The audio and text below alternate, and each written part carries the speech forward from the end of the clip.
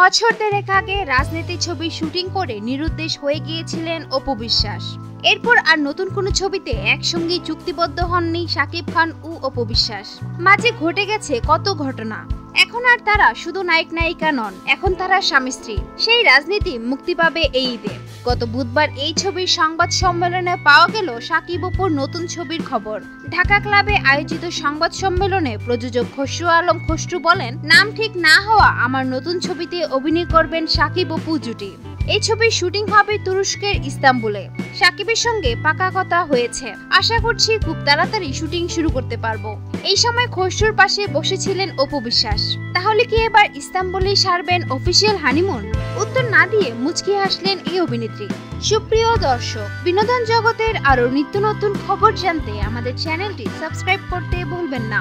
Like, comment, share করে আমাদের সঙ্গেই থাকুন। ধন্যবাদ।